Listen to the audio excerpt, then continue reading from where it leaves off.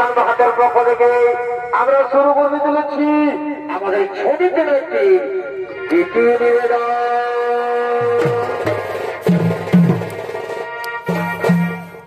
এরপর আমরা যে পাড়াখানি মঞ্চস্থ করব সেই পাড়াখানি হল মহাভারত থেকে যুগনে অপরা। তাই সূর্য উস্তাদ গঙ্গাধর মাহাতো প্রতিষ্ঠিত, উস্তাদ শ্যামচাঁদ মাহাতো নির্দেশিত, উস্তাদ মথুর কালিন্দী রচিত।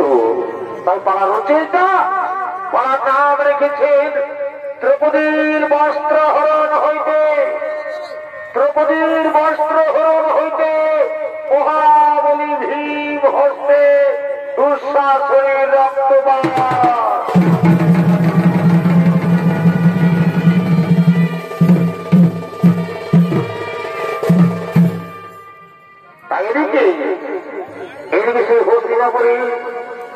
এদিকে সেই হস্তিনাপুরের সমস্ত রাজা প্রজা তারা সকলেই সেই হস্তিনাপুর সভার দিকে আগমন করছে।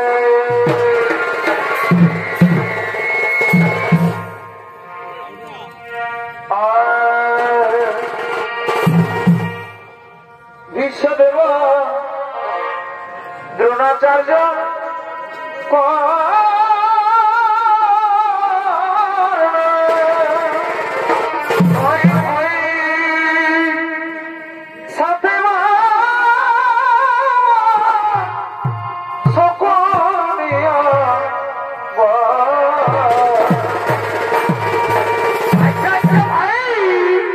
বিশ্বদেব দ্রোণাচার্য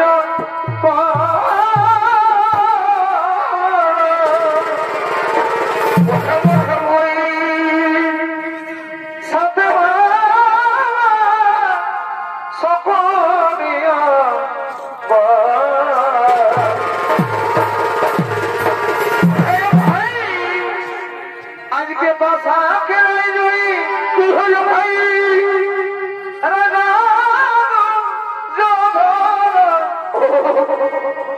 এ ভাই বাসা খেলাই যাই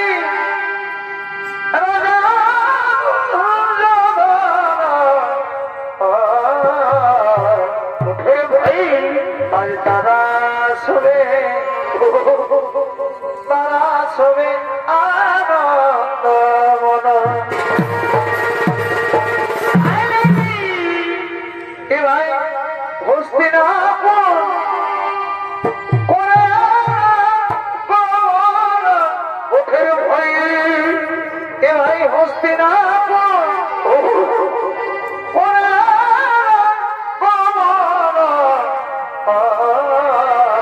চমৎকার ভাই আজ তারা শোবে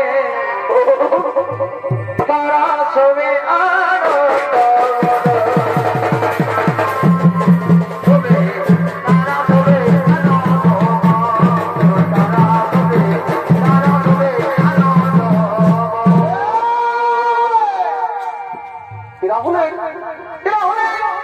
ধৃতরাষ্ট্র, ভীষ্মদেব, দ্রোণাচার্য, কৃপাচার্য, কর্ণ, দুর্যোধন এবং বাবা শকুনি তারা সকলে মিলে সেই হস্তিনাপুর সভার দিকে আগমন করছে।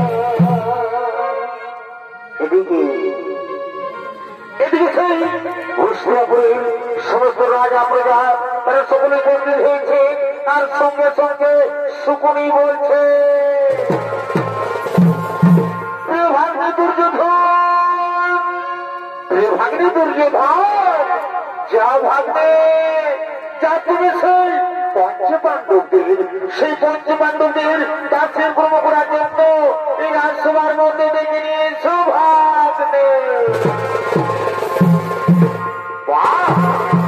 চমৎকার চমৎকার বাবা শ্রী ঠিক বলেছেন বাবা শ্রী তাই হবে বাবা শ্রী তাই হবে আমি এক্ষুনি সেই পঞ্চপাণ্ডবদের ডাকার ব্যবস্থা করছি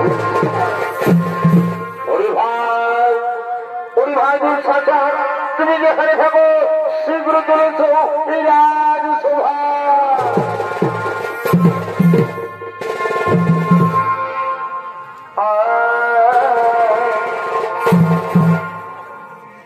ধৃতরাষ্ট্র সন্তান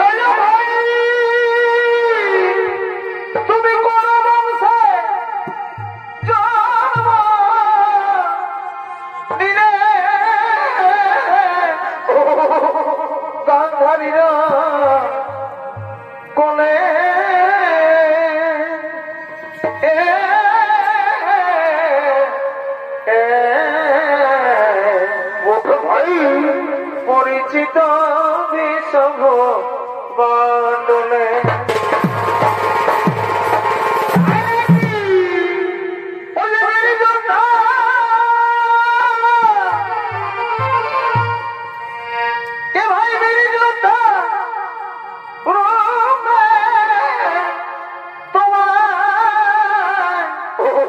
জানে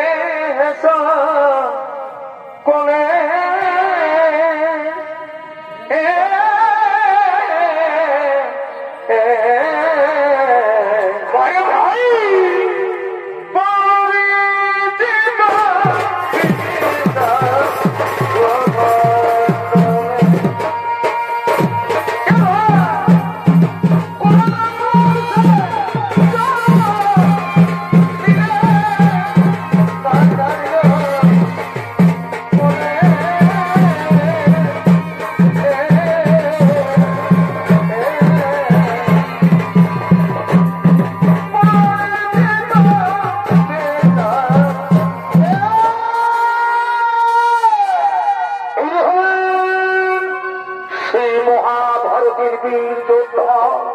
যুবরাজ দুঃশাসন আর এই দুঃশাসনের অভিনয়ে আপনাদের মহান ঝলমল রঙ্গমঞ্চে যিনি ছবিত পরিবেশন করে দেখাবে তিনি হলেন পুরুলিয়া জেলার সুনামধন্য জনপ্রিয় ছোঁয়া নৃত্যশিল্পী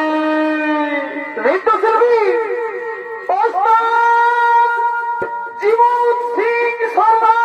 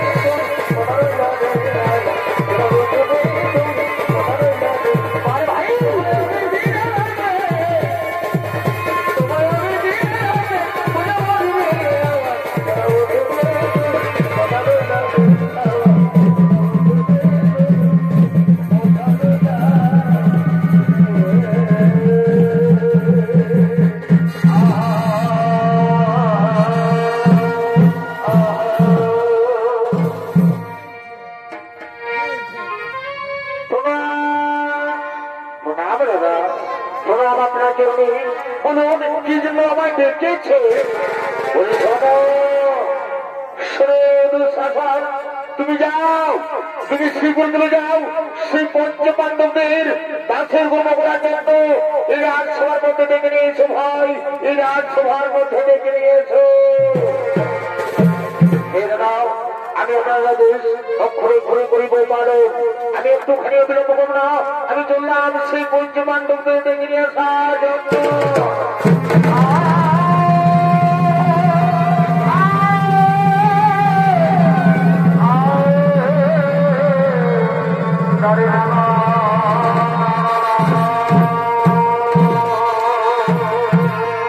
এদিকে শ্রীবীর মঞ্জু পাণ্ডব, এদিকে শ্রীবীর মঞ্জু পাণ্ডব, তারা জুহাই হেরে দুর্যোধনের নির্দেশে দাসত্ব হয়ে দাসের কর্ম করার জন্য তারা ছুটে উঠছেন শ্রী হস্তিনাপুর রাজসভায় আপনাদের মহান রঙ্গমঞ্চে।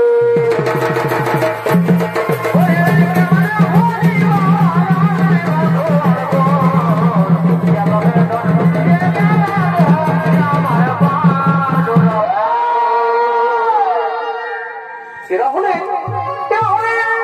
সেই মহাভারতের বীর পঞ্চ পাণ্ডব। তারা দুর্যোধনের নির্দেশে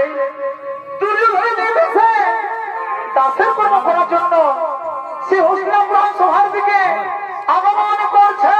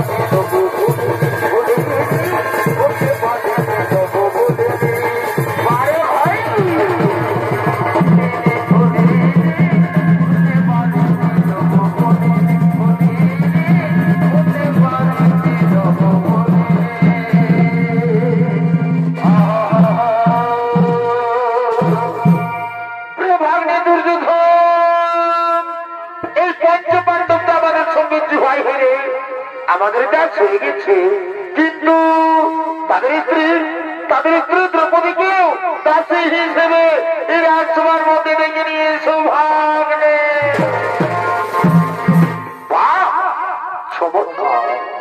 চমৎকার বাবা শ্রী, চমৎকার, ঠিক বলেছেন বাবা শ্রী, তাই হবে, তাই হবে বাবা শ্রী, তাই হবে।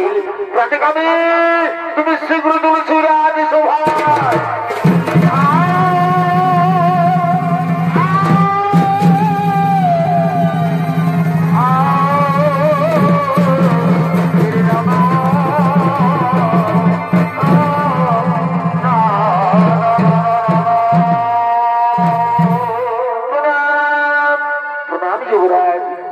আপনার জন্য বলুন কি জন্য আমায় ডেকেছে? বলি শোনো,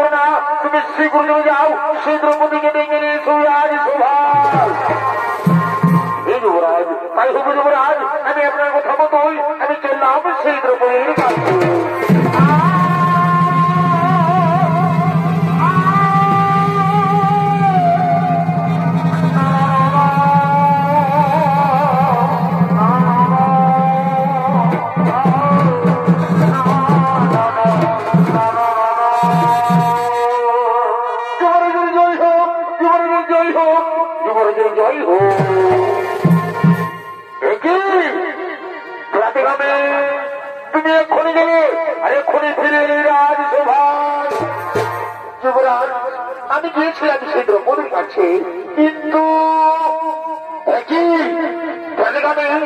এভাবে তোমার মনে হঠাৎ করে বাধ্য হয়ে গেলে কেন? কি হয়েছে আমি সত্যি ঘটনা আমার কাছে খুলে বলো।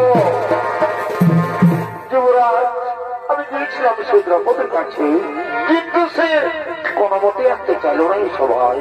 আমি অনেক অনেক চেষ্টা করলাম, কিন্তু সে কোনো মতেই রাজি হলো না এই সভায় আসার জন্য। কি উদাসীন তোমার হবার যে দুর্যোগ হয়ে করে আসতে চাইল না, সে বোধ এখনো পর্যন্ত এই যুবরাজ দুর্যোধন জানি না। যে দুর্যোধনের কথা মান্য করে তাকে দুর্যোধন কি শাস্তি দেয়? ওরে ভাই দুঃশাসন, তুমি যেখানে থাকো শীঘ্রই চলে এসো আমার কাছে।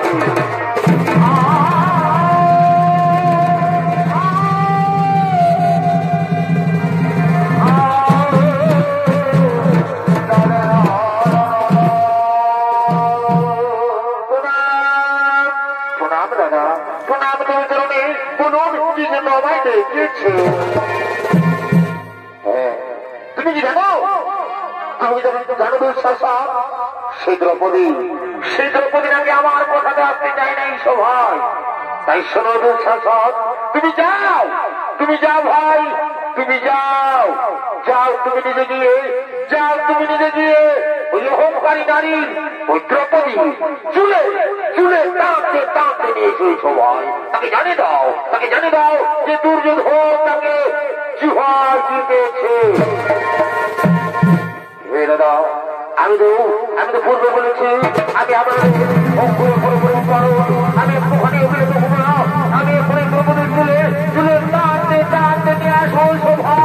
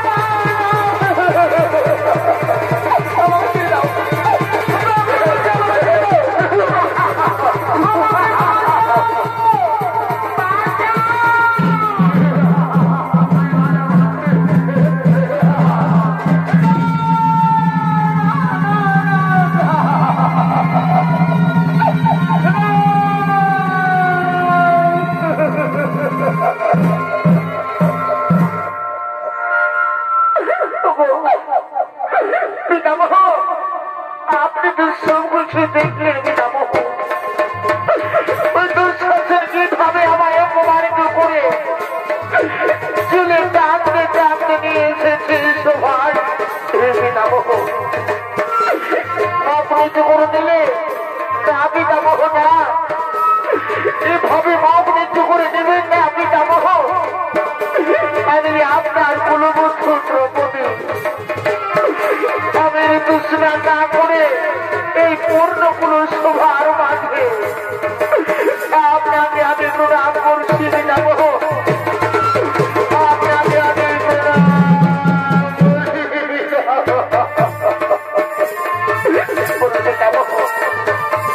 আমি কি অপরাধ করেছিলাম সেভাবে আমায় অপমান করা হচ্ছে?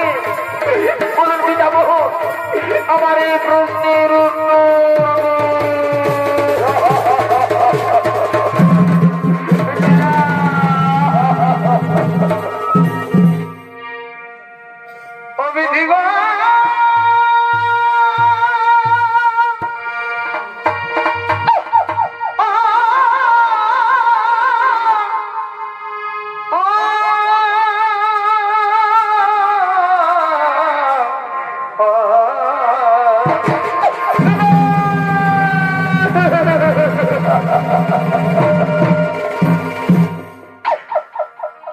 বিধাতা কি করিলে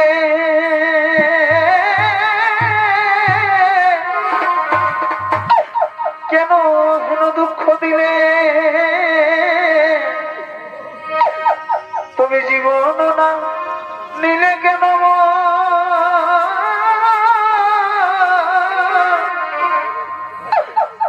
আমি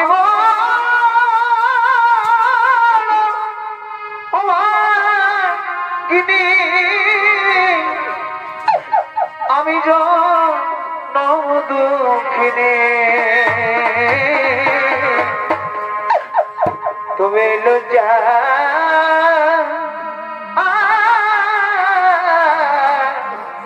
করো নিবারণ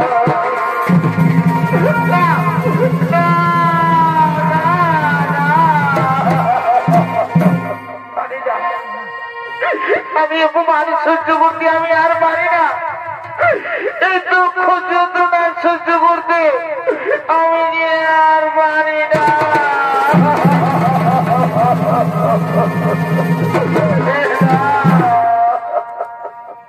তুমি বীর পঞ্চপাণ্ডব আমার স্বামী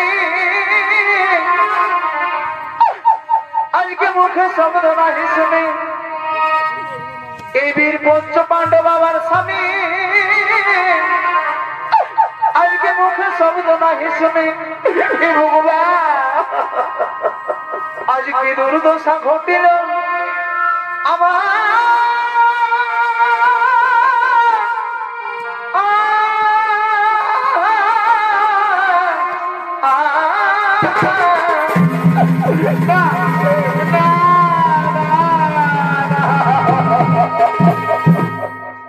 তবে আজকাল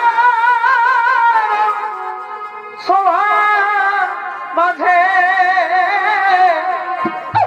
আমি বড়ই মহিলা যে ঠিক আমার এই পঞ্চ স্বামী গণে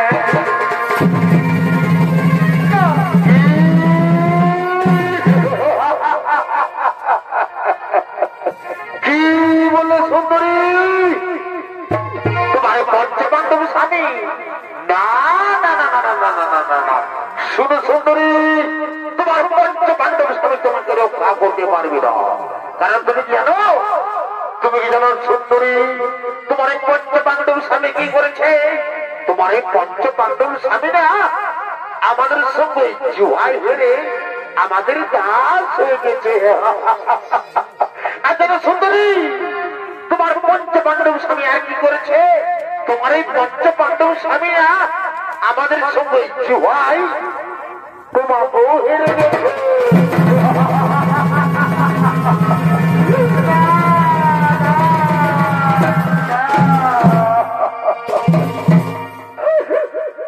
তুমি গুলো সবার মাঝাবে ভগবান আমার জানে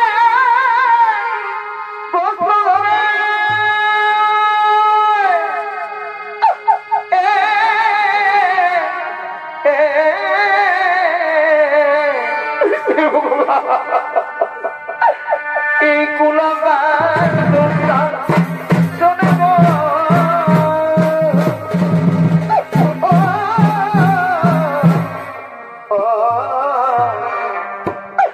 রক্ষা করো প্রভু নারায়ণ গো রক্ষা করো প্রভু নারায়ণ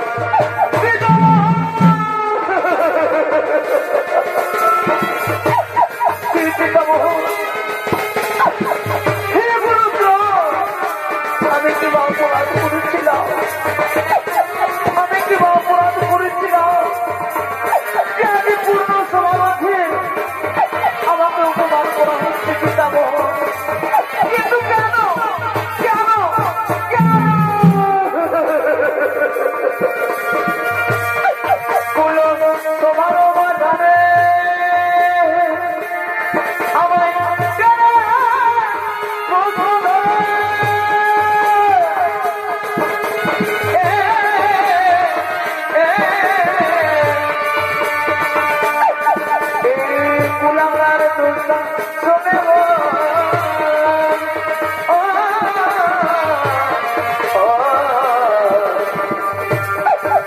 রক্ষণ করো প্রভু নারায়ণ, রক্ষণ করো প্রভু নারায়ণ।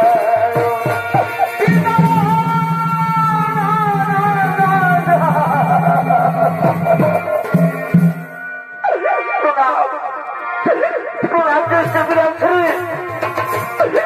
এই দ্রৌপদী আপনাকে প্রণাম করছে।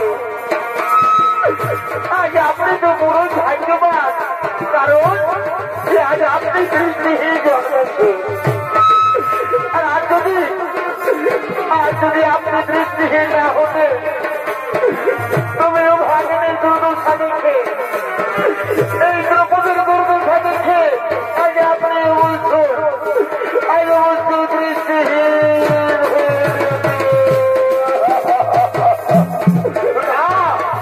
জানপুত্রী না, তুমি আমাকে কথা বলো না জানপুত্রী, কারণ ওই দুর্যোধন পাঁচ থাকার সময় আমাকে কিছু বলেনি, এবং ওই যুধিষ্ঠির পাঁচ থাকার সময় আমাকে কিছু বলেনি। তাই পুত্রী, তুমি আমাকে কিচ্ছু বলো না পুত্রী, তুমি আমাকে কিচ্ছু বলো না, তুমি আমাকে কিচ্ছু বলো না।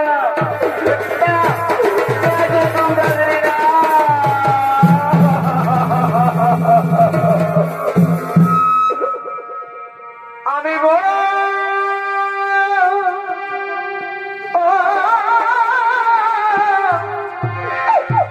ও ভাগিনী দয়া, আমার দুঃখে সীমানা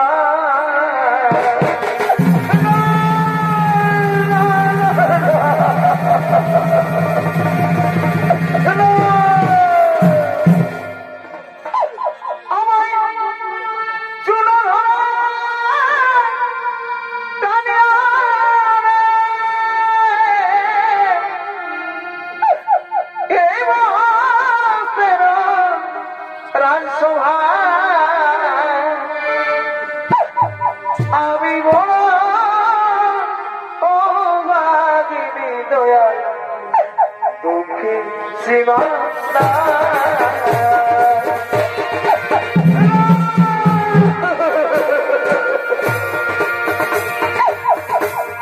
আমি বড় ও ভাগিনী দয়া, দুঃখে সীমানা নারী জন দুঃখের জন কত যে যন্ত্রণা, তোমাকে পালাবে কত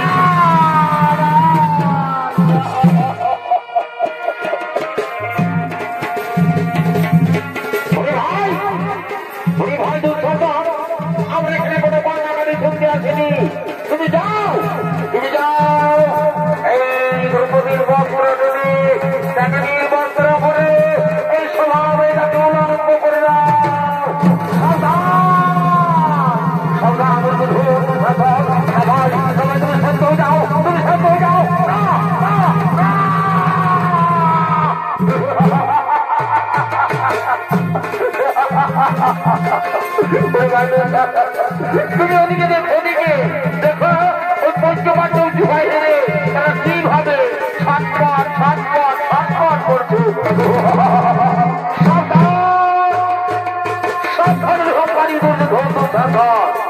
আমি তোমাদের বারবার করে সাবধান করে দিচ্ছি, আমি তোমাদের বারবার করে সাবধান করে দিচ্ছি।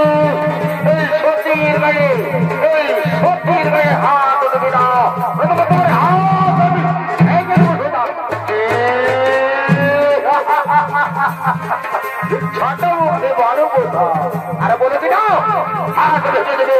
এই দুর্যোধনের আরে দুঃশাসন তুমি হাত ভাববি, তোমার বহুত অনেক হতে তাই না? আরো কি বলছো ভীম? সখী তোমাদের স্ত্রী তোমরা সখী বলছো? তুমি এখনো পর্যন্ত শিশু জানো না। শোনো ভীম, সখী যাকে বলে তা বোধ তোমরা জানো না। যে নারীর পাঁচের স্ত্রী হয়ে থাকে সেই নারীকে কোনোদিনও সখী বলা যায় না। তাকে কি বলে জানো? তাকে চরিত্রহীনা নারী বলে।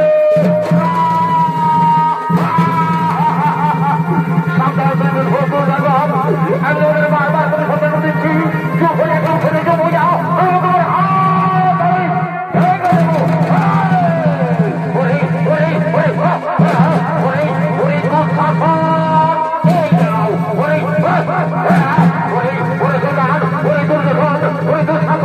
আমি তোমাদের বলে দিচ্ছি, আমার দাদা যদি আমাকে একটু আদেশ করে দাও, তুই রাজ সমাজ আমাদের হবে।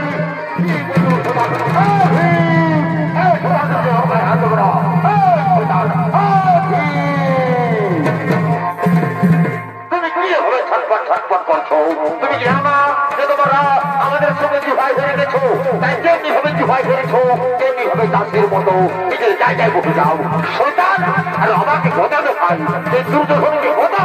যা সোনার বসে যাও, যাও যা বসে যাও, যা বসে যাও। সাবধান! তুমি কিভাবে ছটপট ছটপট করছো? তুমি কি জানো না যে তোমরা আমাদের সঙ্গে জুহাই হয়ে গেছো? তাই যেমনি ভাবে জুহাই হয়েছো তেমনি ভাবে দাসের মতো নিজের জায়গায় বসে যাও। যা সোনার বসে যাও, আমি বলছি বসে যাও। আর শোনো শোনো দুঃসাগর, তুমি শোনো আমার আজ্ঞা পালন করো। তুমি যাও এই দ্রৌপদীর বস্ত্র ঢেলে তাকে নীল বস্ত্র করে এই সভা মাঠে উলঙ্গ করে দাও। ওরে সোনার, ওরে আমি দেবো ওরে সোনার, ওরে ভীম, ওরে ওরে ওরে সোনার, ওরে সোনার, ওরে সোনার ভাই ছাড়ো ছেড়ে দাও। না দাদা আমার গায়ে হাত দিয়েছে, আমি তাকে ছাড়বো না। আমার ছেড়ে দাও, আমার ছেড়ে দাও দাদা। ওরে সোনার দাঁড়াও, ওরে সোনার তোমরা আমি না ভাই। শান্তি শান্তি শান্তি। আমি জানি আমি তোমাকে জানি ভাই। আমি যদি তোমাকে একটু আদেশ করি না তো তুমি পঞ্চপাণ্ডবদের কাউকে ছাড়বে না। তাই তো বলি ভাই, তুমি হস্তিনাপুরের বীর যোদ্ধা, তুমি হস্তিনাপুরের রক্ষার, তুমি হস্তিনাপুরের গৌরব। তাই শোনো আমার যোদ্ধা ভাই, তুমি পঞ্চপাণ্ডবের দিকে না তাকিয়ে তুমি এখন আমার একটা পালন করো। তুমি যাও এই দ্রৌপদীর বস্ত্র নেবে, নীল বস্ত্র করে উলঙ্গ করে দাও। দেখি আমি যাকে জুহাই দেখেছি তাকে স্বভাব আছে, কেউ লাগে তাকে উলঙ্গ কেউ লাগে, তাকে উলঙ্গ করে দাও ভাই। এই দ্রৌপদীর বস্ত্র দেবে, নীল বস্ত্র করে উলঙ্গ করে দাও। দাও আমি আপনাদের ঘুরে ঘুরে বলবো মানুষ, আমি একটুখানি আমি ঘুরে দ্রৌপদীর বস্ত্র দেবে, নীল বস্ত্র করে আমি উলঙ্গ করে দেবো।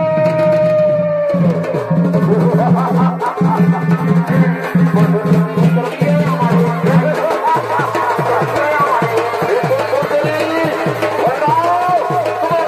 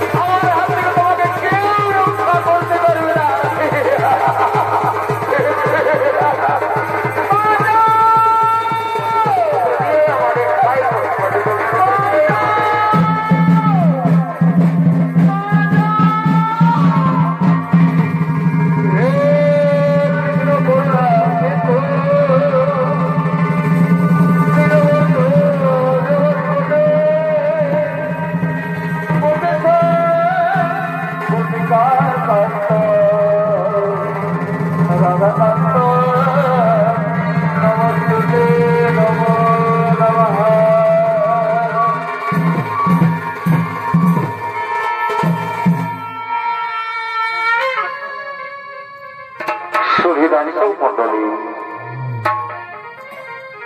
এদিকে দ্রৌপদীর বস্ত্র টানতে টানতে যুবরাজ দুঃশাসন সিংহ হয়ে পড়ে যায়।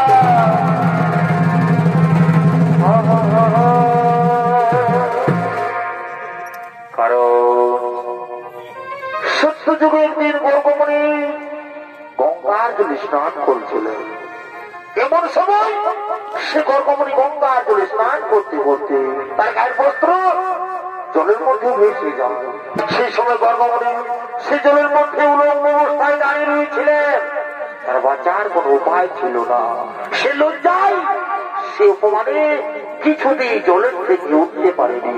কিন্তু ভগবানের লীলা, এমন সময় সেখানে দ্রৌপদী উপস্থিত হয়। সেখানে দ্রৌপদী পৌঁছে দেখতে পাই যে গর্গমণি জলের মধ্যে উলঙ্গ অবস্থায় দাঁড়িয়ে রয়েছে। সেই সময় দ্রৌপদী নিজেই তার একখানা বস্ত্র দিয়ে সেই গর্গমণিকে জলের থেকে উদ্ধার করেছিলেন। সেই সময় গর্গমণি এই দ্রৌপদীকে প্রাণ ভরে আশীর্বাদ দিয়েছিলেন। তাই সুহৃদানিসব মন্ডলী, তাই সেই গর্গমণির আশীর্বাদে আজ স্বয়ং নারায়ণ এসে, আজ স্বয়ং কৃষ্ণ ভগবান এসে দ্রৌপদীকে বস্ত্র দিয়ে তার লজ্জা নিবারণ করেছে।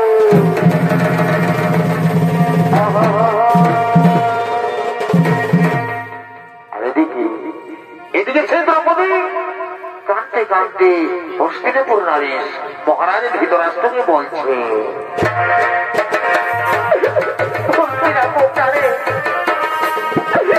মহারাজ ধৃতরাষ্ট্র, আপনার সবার মাঝে এক নারীর অপমান করা হচ্ছে।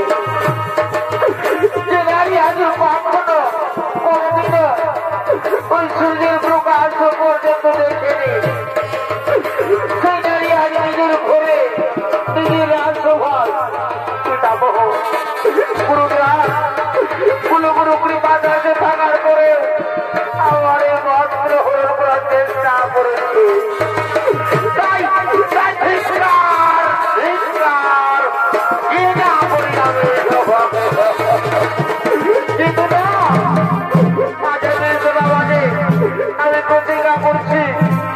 আমি প্রতিজ্ঞা করছি যে আজ থেকে দিন পর্যন্ত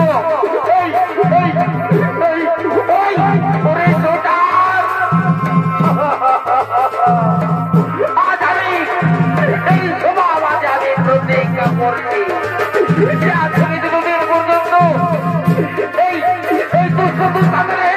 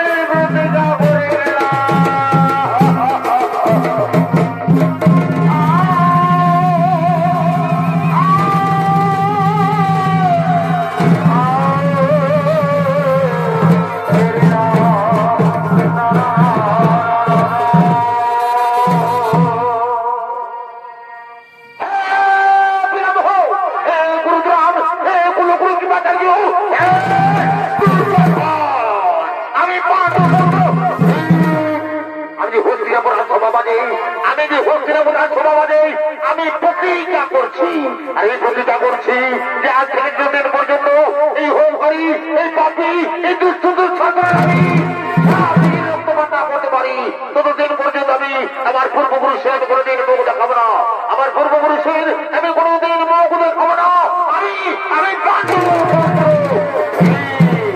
আজ আমি সভা থেকে আজ আমি এই প্রতিজ্ঞা করে গেলাম। আজ আমি এই প্রতিজ্ঞা করে গেলাম।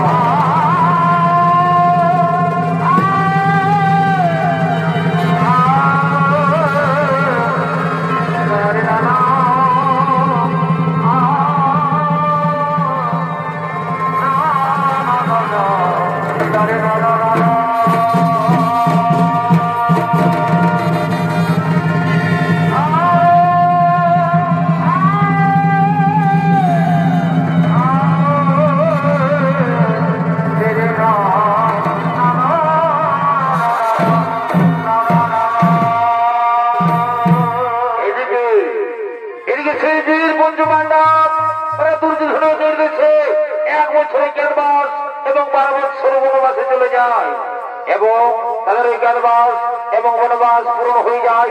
তারপর একদিকে কৌরব পক্ষ আর অন্যদিকে পাণ্ডব পক্ষ তারা সকলে চলেছেন যুদ্ধ করার জন্য সেই রণভূমি থেকে আপনাদের মহান রঙ্গমঞ্চে।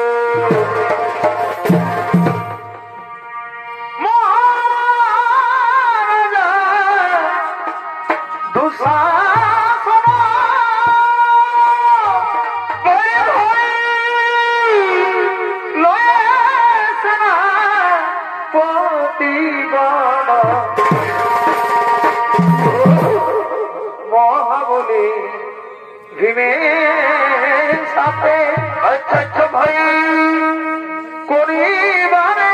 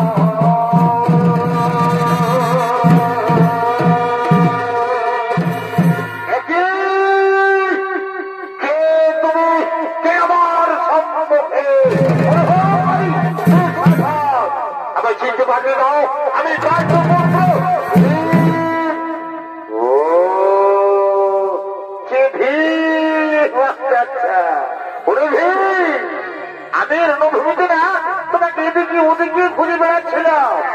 আমি ভেবেছিলাম যে তুমি রণভূমি ছেড়ে তুমি আমার ভয়ে তোমাদের দ্রৌপদীর আচরণের মধ্যে তুমি লুকিয়ে রয়েছ।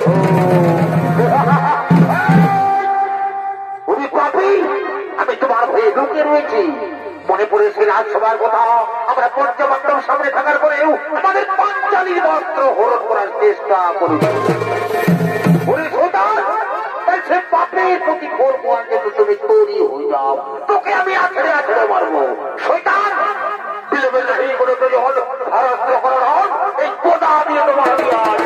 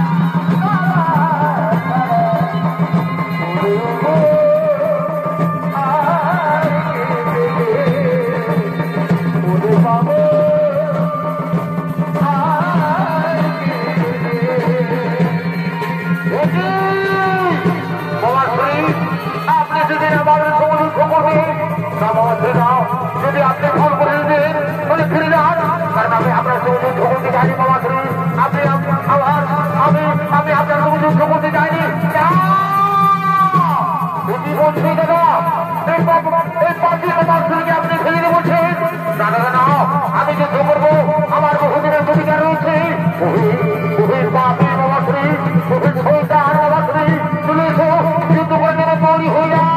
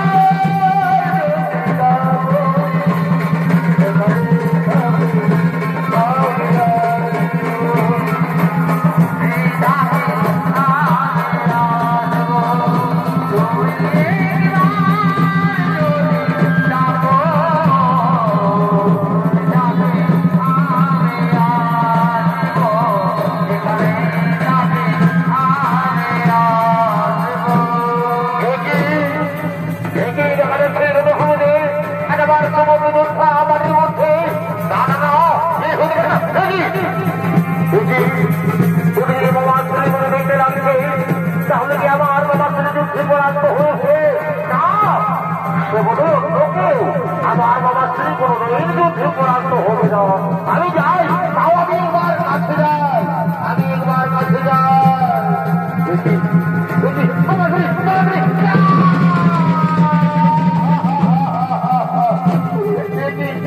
বাবা স্ত্রী আপনি এরকম হতে পড়ে আছে। বাবা স্ত্রী আপনার মধ্যে খাই বাড়ির মধ্যে না, বাবার আমি আর কিছু বলতে পারি না। আমি যে বীর সন্তান, আমি যুদ্ধ করবো কোথায় কোথায় চলতে পারলাম ওই সন্তান ওই ফুলার চলে আয়, তোদের আমি খাবো না, চলে আয় তোর কোনো আমি লোককে নয়, চলে আয় সন্তান ধরা চলে আয় সন্তান চলে আয়।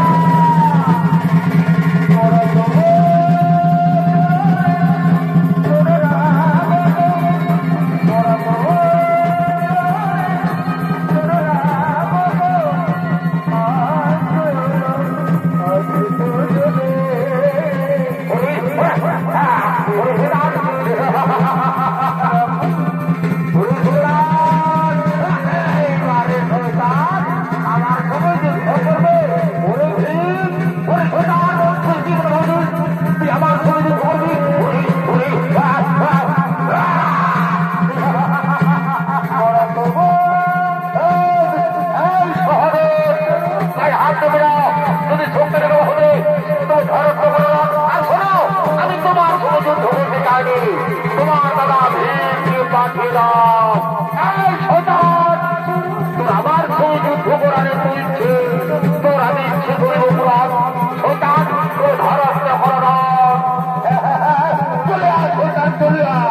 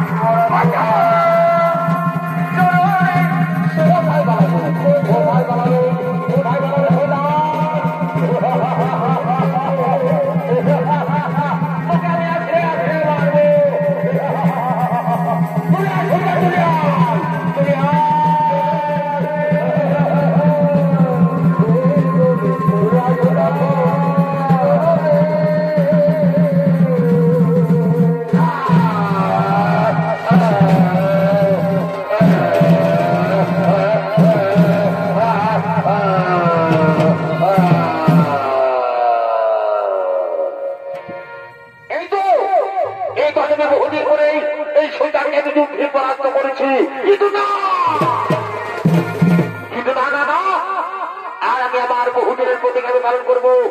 এই শৈতানের সাথে গেলে আমি রক্ত পান করবো। ওরে শৈতান, মনে করছি না সবার কথা, আমি তোমার ছাড়বো না। ওরে পাপি হয়ে যাও, ওরে শৈতান, ওরে শৈতান, ওরে পাপি, ওরে বুলাঙ্গার, ওরে শৈতান, আজ আমি তোমার সাথে গেলে রক্ত পান করবো। রক্ত রক্ত রক্ত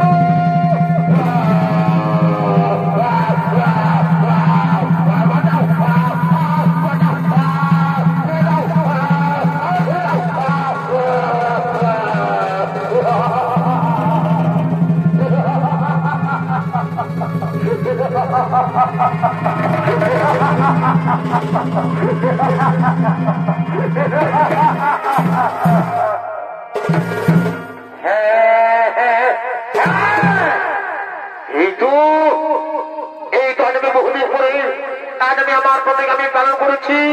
এই শৈতানের সাথে গিয়ে আমি রক্ত পান করেছি, কিন্তু না আমার আরো একটি প্রতিজ্ঞা রয়েছে। সেই প্রতিজ্ঞা হলো আমাদের পাঁচালী, আমাদের দ্রৌপদী সে রাজসভায় প্রতিজ্ঞা করেছিল যে দুষ্ট দুঃশাসনের রক্ত দিয়ে তাকে ধৌত করবে, কিন্তু না না না, আমি একটুখানি বিলম্ব করবো না। এই সন্তানের সাথে গিয়ে আমি রক্ত নিয়ে যাবো আমাদের দ্রৌপদীর কেস ধৌত করার জন্য। ওরে পাপি, ওরে শৈতান, তোকে আমি ছাড়বো না। ওরে শৈতান, ওরে শৈতান, ওরে পাপি, ওরে শৈতান, আজ আমি তোমার সাথে গেলে রক্ত নিয়ে যাবো। রক্ত রক্ত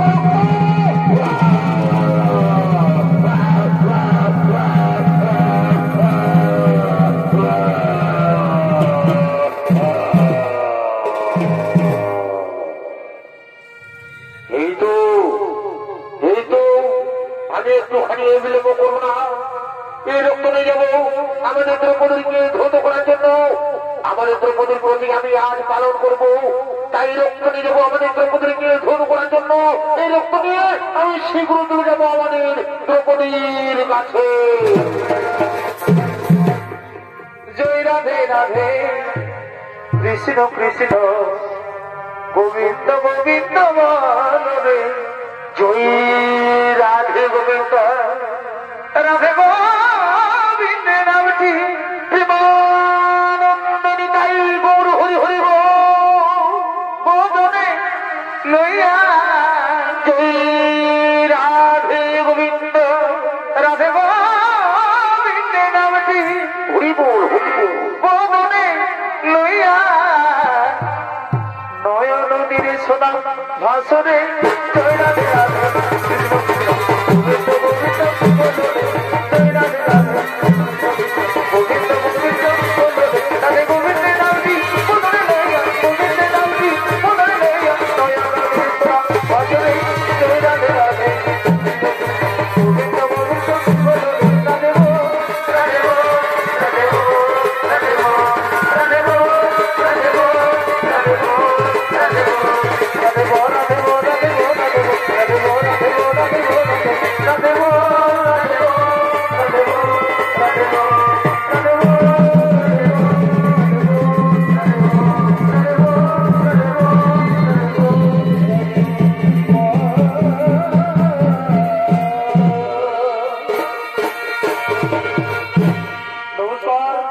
নমস্কার মঞ্চে উপস্থিত মহামান্য শুধু ছৌমিত্র দর্শক মন্ডলী, আমাদের ওস্তাদ শামজান বাহাদুর এই দ্বিতীয় নবচ্ছরিত একটা মালা দ্রৌপদীর বস্ত্র রং হইতে মহাবলী ভীম হস্তে দুঃশাসনের রক্তমান মালাটি আমরা এখানেই করলাম সমাপ্ত। সর্ব নমস্কার, প্রণাম, জোহার, ধন্যবাদ, রাধে রাধে, ধন্যবাদ।